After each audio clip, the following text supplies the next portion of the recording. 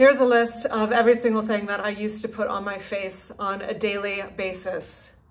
Concealer stick, MAC Foundation Compact, bronzer, highlighter, blush, eyeliner, eyeshadow primer, eyeshadow, mascara, brow shadow, Burt's Bees chapstick, makeup remover wipes, tea tree face wash, Aveeno face scrub, scented body wash, tea tree face scrubbing pads, Claricel acne treatment, face lotion, and a separate body lotion, and occasionally perfume back in the day that smelled like vanilla cupcakes.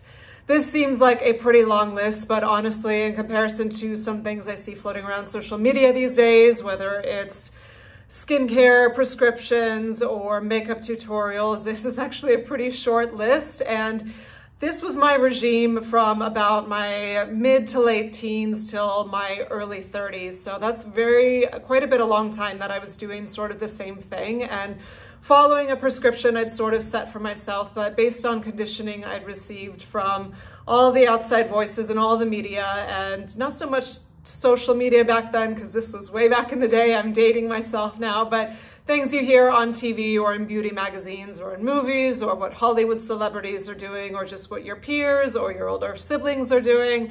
And I was just following along this train of putting all these things on my body because this is what I was conditioned to think I needed to have healthy, beautiful, perfect, glowing skin. And doing all those things, did I have healthy, perfect, beautiful, glowing skin? No, I didn't. I never had terrible skin. I know some people have struggled with things like cystic acne or just like constant huge breakouts. Luckily, that was not in the cards for me, but I did always have some kind of breakouts. I had a lot on my chin here. You can maybe even see some scarring, a lot often on my temples or my forehead, or just those big monster ones where you want to pop it so bad and it's so painful and it looks like a freaking golf ball on your face, and then you mess with it and then it scabs and then it gets way more worse and it becomes this like black hole crater. I definitely had my fair share of those. So while I didn't have horrendous skin, I certainly didn't have good skin, but nothing ever I was never had the thought of maybe the things I'm putting on my skin are causing the bad skin. And also even deeper than that, maybe what I'm eating is causing bad skin. So I'm going to dive into both of these things today and what my beauty regime is now. There is not a lot, and spoiler alert, I will tell you, I have nothing on my skin for this video except for some lip balm. I'll go into exactly which kind of lip balm I'm using these days, but I will tell you, there is absolutely nothing on my skin right now. I have no lotion on my skin. I have no makeup. I have no toner. I have no serum. I have no whatever the hell else type of products are out there. I know there's a lot of crazy luxury type things these days that certain dermatologists, like retinol A, whatever the hell that is. I have nothing on my skin except for lip balm on my lips. And is it perfect movie star, K-pop band skin? No, it's not. But for where I am, I just turned 40 and I spent many years also out in the sun as a swimmer, which can take a toll on it.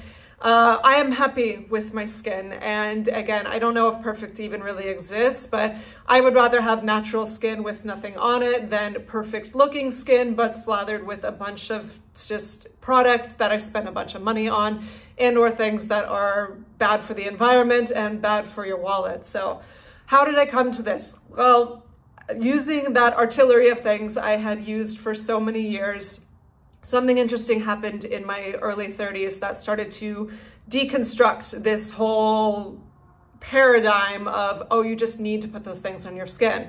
My soul was, and this is a separate topic for a separate video, but my soul was very much called to become completely vegan. I had been vegetarian for many years, but just something in my heart just woke up in my consciousness of, yes, I want to do this. And I started researching it a bunch, and then it very much clicked of, it's not even an option. It's absolutely where my soul was. So I committed and have never looked back since. And that was 10 years ago now. Almost approaching exactly my 10-year anniversary, actually. But something interesting happened with that. A couple interesting things happened. Well, I did it initially and first and foremost for ethical reasons, because my heart said that it was not right to be consuming dairy and eggs anymore. Dairy had been a huge part of my diet as a vegetarian. I loved milk, I loved cheese. It was at every single meal. I was a big Starbucks coffeeholic, so I had my large latte with just straight milk, but cheese and milk were at every single meal, and I loved it and never thought anything of it. And within a month of taking dairy out of my diet, my skin completely cleared up. All those big monster deep zits that I always seem to get at least one a month, sometimes multiple, or just those little patches that I was getting, they went away and they didn't really come back. And I was like, this is amazing. And a lot of other health benefits happened as well too. That's another video. I do have 12 things that healed when I went on a vegan diet if you want to check that out. But sticking to skin for this one, that was an amazing benefit that I wasn't necessarily expecting. And on top of the zits going away, I started getting this sort of natural glow on my skin, even if I wasn't out in the sun or working out or whatever. I was starting to have people say, oh my gosh, your skin's so nice, which I had never, ever, ever, ever heard in my life before. And I was like, at first I was very taken aback. I'm like, what do you mean? Like, I don't have nice skin. And they had to convince me that I did there because I was eating so many, and I shouldn't say was, because I still eat like this 10 years later, so many fresh fruits and vegetables and things like avocados and leafy greens and pineapple and just things that naturally make your skin glow. It sort of transformed the way I look, which was incredible. And in tandem with that, it was twofold. It was interesting. I was still in the mindset of I'm more beautiful if I put on makeup back then. And I started to notice when I had a full face of makeup on, no one would really say anything. But then if I was like just out and about thinking I looked natural and not as attractive because nothing was on my face, that's when people started commenting, oh my gosh, you have such lovely skin. And not that you should live your life for people's opinions and compliments from other people, because needing that external validation is a dangerous thing. It was a good barometer and sort of a check-in of like, wow, that's interesting. These things I'm putting on my skin that I think make me look better, like concealer and bronzer and blush, are not getting the receptiveness that when I'm out and just showing my natural skin and eating in this new way, and people are like, wow, oh my gosh, your skin looks so great, what are you doing? And I'm like, nothing's on it. So it was very perplexing, but I absolutely took notice because it was a definite pattern.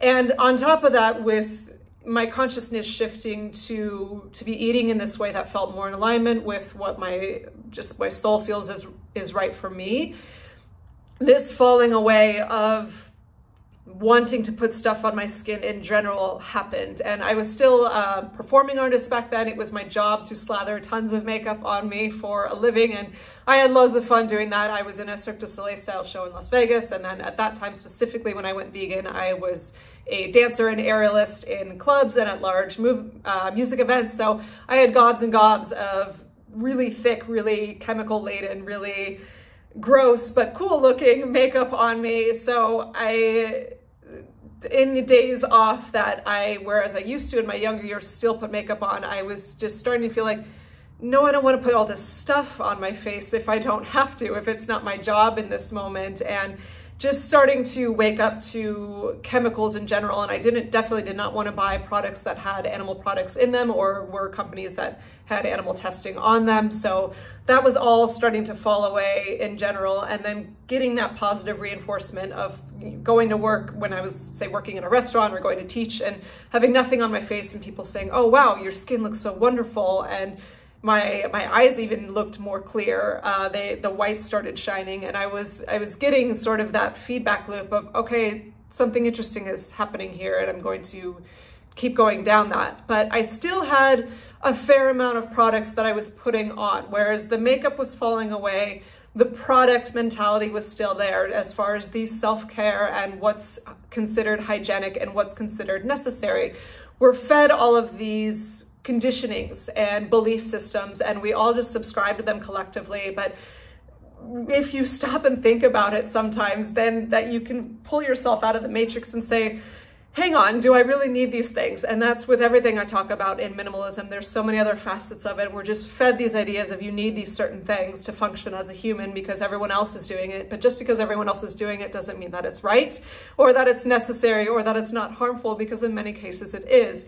And again, everyone has their own path to carve, but I do believe in exploring these questions and asking yourself, okay, why am I doing this thing? Why am I using this thing? Is it because it really truly is adding value to me? Or is it because I just was told that I'm supposed to? And what would life look like if I didn't use these things? And at that time, so I was not putting my makeup on my face every day anymore. And I was actually starting to, as I approached my mid-30s, I was starting to taper out of performing as much. And I was focusing more on my career as a teacher and choreographer, and then working in restaurants as well. So I did not have to have makeup on me all the time. But I still, my artillery of self-care products was body lotion, face lotion. I still used the spot concealer because I thought I still had this insecurity of, oh, well, it'll look better if I just like highlight here or cover this little scar in perfection.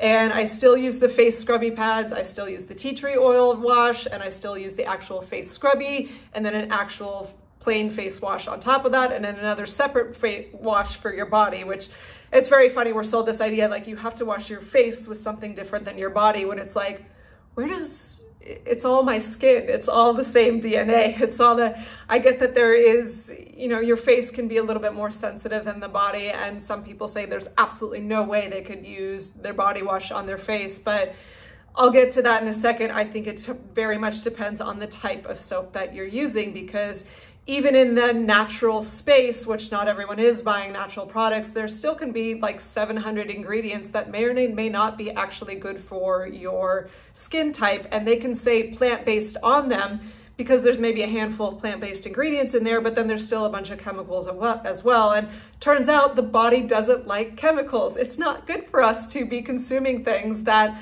were made in a lab, whether it's in our food or you're putting it on your skin. If your skin is an absorbent organ, if you're putting it on your skin, you ingesting it, you are putting it in your body. And if you look at these things, these perfumes or lotions or shampoos, and it says harmful is swallowed, call poison control, I don't think you should still be putting it on your skin if you need to call poison control if you swallow it. And the FDA or whoever will say, oh, well, it's safe. Well, the FDA also used to say cigarettes were safe back in the day. I don't necessarily trust all those big businesses. They're still there around to sell you things. And at the end of the day, you have to check in with your own tuition and see what feels right for you. But anyway, moving on from I still using all those products, it was about my mid-30s and I was really transitioning into a deeper level of minimalism. I started my minimalism journey at around age 30. You can check out my video, How I Became an Ultra Minimalist, my story, if you want more of a background on that.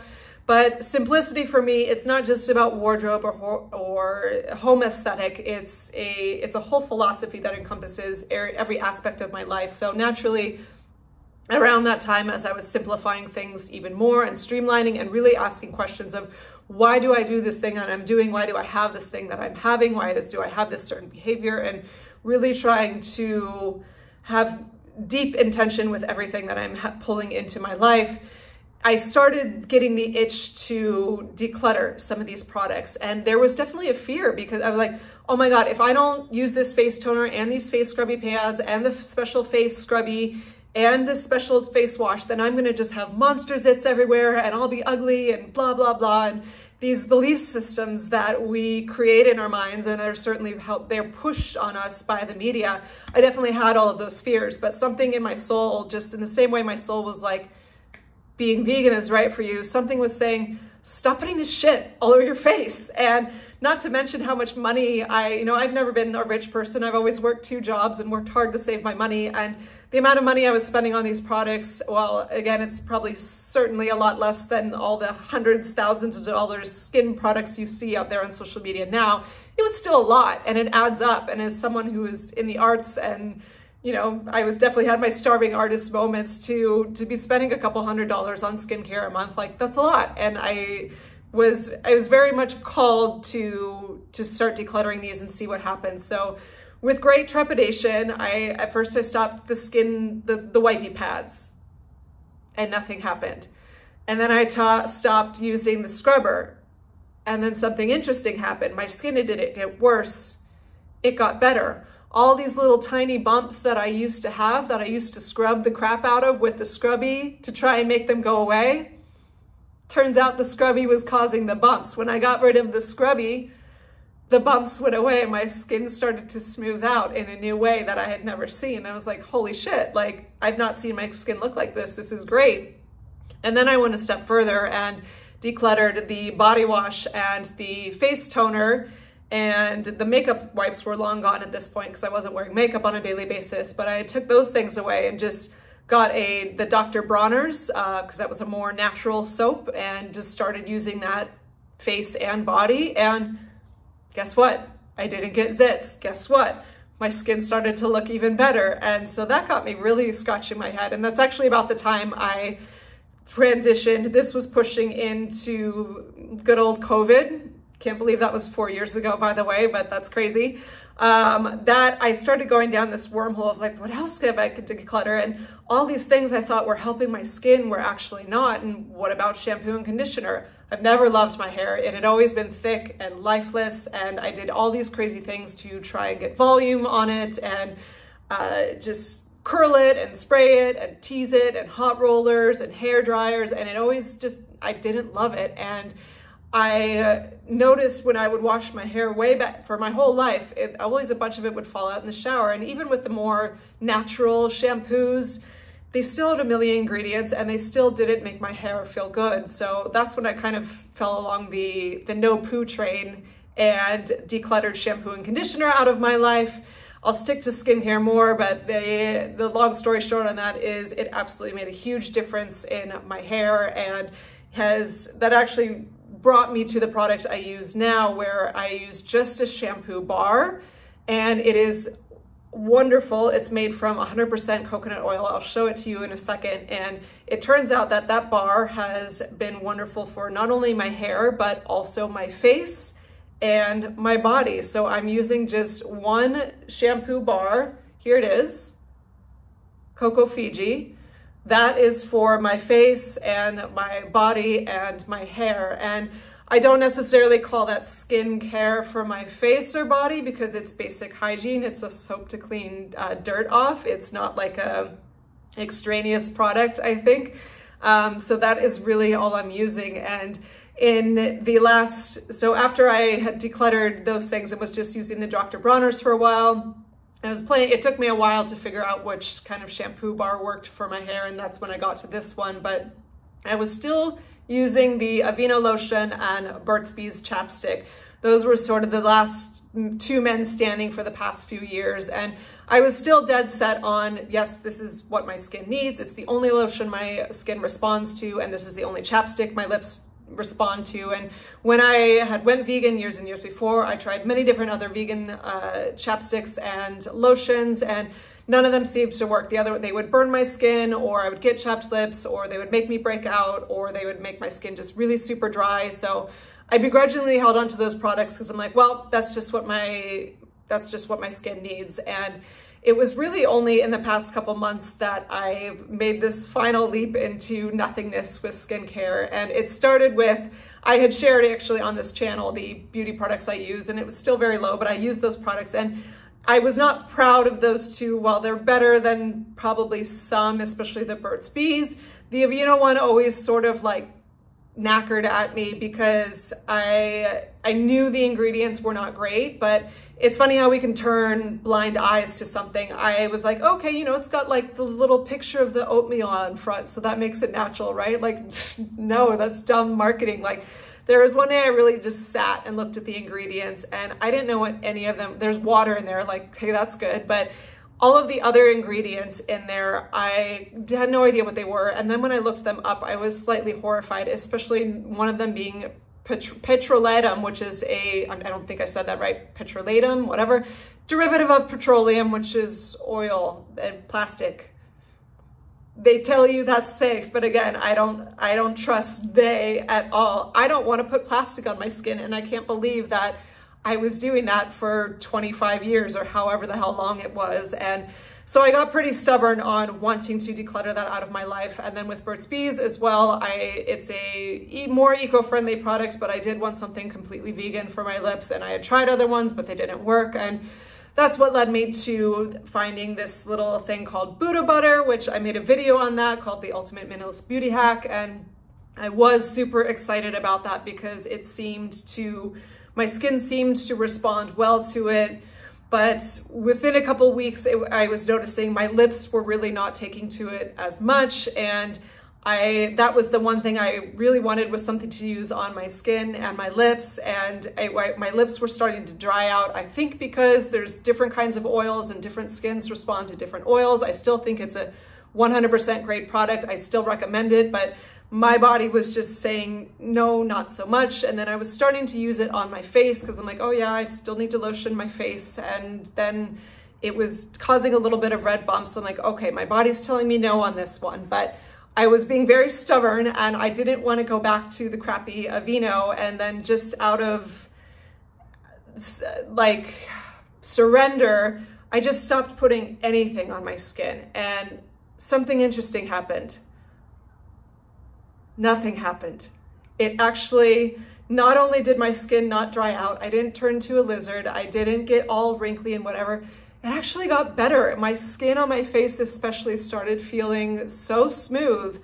And I had noticed when I would use the Aveeno, because I was tapering it off over the years, but I was still like, oh no, I have to put it on in the morning. There were a couple random days where I didn't put it on because it was like so hot or I was sweaty or something. And I always noticed my skin felt a little smoother. And well, it does feel a little tighter. I don't want to use the word dry.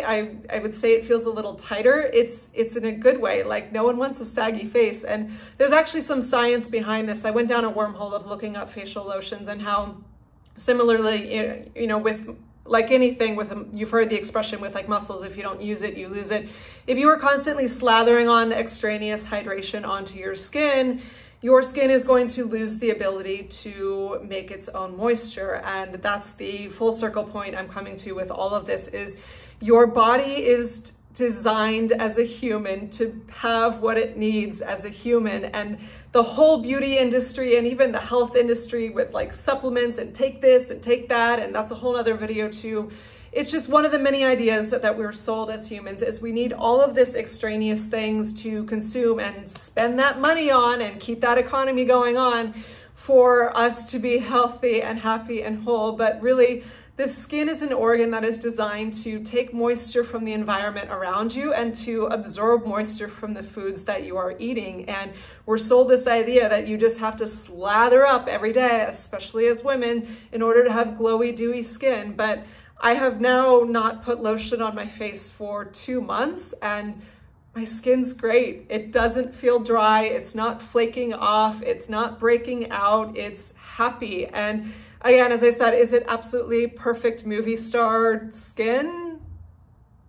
No, but I don't care. I'm happy with it, and I'm happy to not put anything in it, because as I keep progressing on my journey of minimalism, it's just, I find these new layers, and it just was starting to irk me of, why do I have to put all this stuff on my body? I don't want to. And by taking that out, my body has totally thanked me. And the one last thing that I do put on my skin on a daily basis is lip balm. I was not able to successfully declutter that need. I have heard lips are a different kind of skin. The moisture, the ability to hold and retain moisture is different, and I have found that to be true for myself. So I did find I was happy. Buddha butter makes this adorable little chapstick. The Buddha butter itself, the little tin of oil, I think it was not working for my lips, because having something with a wax in it can be helpful to hold the moisture in on your lips. This has instead of beeswax, it has a plant-based wax called Candelilla wax. That is a plant-based wax. So this is 100% vegan. And what's awesome is it's in a little paper tube, a biodegradable paper tube. So there's no plastic in this, which is wonderful. But my lips have responded very well to this one. And that is now happily, this and this are the only things going on my skin on a daily basis. And the chapstick was, I don't know, I think it was like $5, and the bar of soap is $7. The bar of soap, typically, because I'm using it hair and face and body usually lasts about 3 weeks, I think. So $12, call it 50, you know, with the time over of 3 weeks and blah, blah, blah. Call it maybe $15 a month. Although that's not right, because I bought this lasts more than a month. I've had this for 2 months now and it's still going strong. So however you want to math that, the moral of this story is my beauty routine costs me very little now, and I am happy to not be putting things in the trash, because even if you buy eco-friendly, eco-conscious products that are made with better ingredients for your body, it's still pulling resources from the earth to produce those and consume those. And they very often come in plastic things that may not be able to be recycled. And it's just money you're spending on them. And I think with all plant medicines in general, that, you know, there may come a time, I am a bartender, so when it's winter time, my hands may say, you know what, you need to start putting something on them, in which case I'll probably do like cocoa butter or something, just straight, you know, like that. But medicinally, this idea, and same thing with herbs, if I ever feel like I'm getting a cold, which is very, very rare, I will take some Echinacea golden seal, which I found will always snap me out of it right away and I won't get sick. But that doesn't mean I take that herb 3 times a day, every day, as we're marketed to need stuff. I take it when I need it. And I think with all plant medicine or plant available things like oils or whatever, if your skin needs a little bit of a boost or a treatment, like sure, but this idea that you need to slather something on your body multiple times a day, every day, and slather multiple things on your body multiple times every day, I just don't think it's true. And again, everyone's skin is different and everyone lives in different environments. If it's winter in Norway, would you be able to not put any lotion on your skin? Like, I don't know, maybe not. If I was still a performing artist slathering makeup on my skin, living in the dry desert of Las Vegas and in a water show that had crazy hydraulics and pyrotechnics and chemicals in the water, would I be able to not put anything on my skin? Maybe, probably not, but it does just, I present this to you to do a little experiment and see, okay, maybe you can't get down to nothing, or maybe you can, but maybe you could do with half of the products that you're using, or a third of the products that you're using, or you have your favorite product, but find that you can use it medicinally, i.e. when your body calls for it, not just religiously slapping it on your body every day, all day, because someone told you that you have to. Okay, so to wrap it up, just as a recap, body soap, head to toe hair, lip balm is the only thing going on my skin on a daily basis, and my skin is much happier because of it. So I encourage you, do a little experiment. Let me know in the comments things you'd be curious if you can let go of, and do the experiment and see how your skin responds. There may be an adjustment period, but like I did definitely, when I stopped using lotion completely, I did notice a touch of dryness, but that balanced out really quick. And getting off the addiction of the Burt's Bees chapstick, that definitely, I've experienced some days of chapness, I don't think that's a word, but it did balance back really quickly. So do the experiment for yourself, be patient and lean into it and see what you can simplify in your life. And I think your skin will thank you. All right, that's it for today. Thanks for watching. I'll see you in the next one. Bye.